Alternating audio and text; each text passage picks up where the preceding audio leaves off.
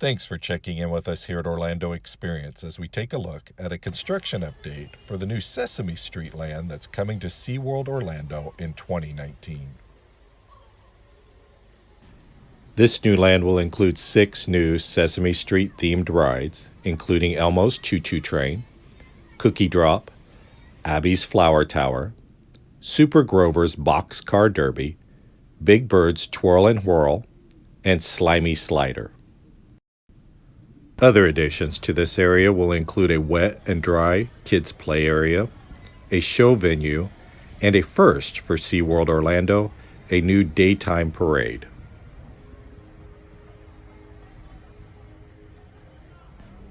Finally, this land will include some very familiar Sesame Street details, including Mr. Hopper's store, Big Bird's nest, and the famous 1-2-3 stoop.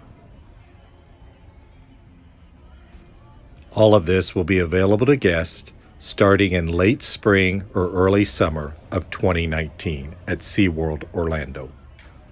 Thanks for watching, and please consider subscribing to Orlando Experience for more updates on all the amazing things that are taking place in the Orlando area.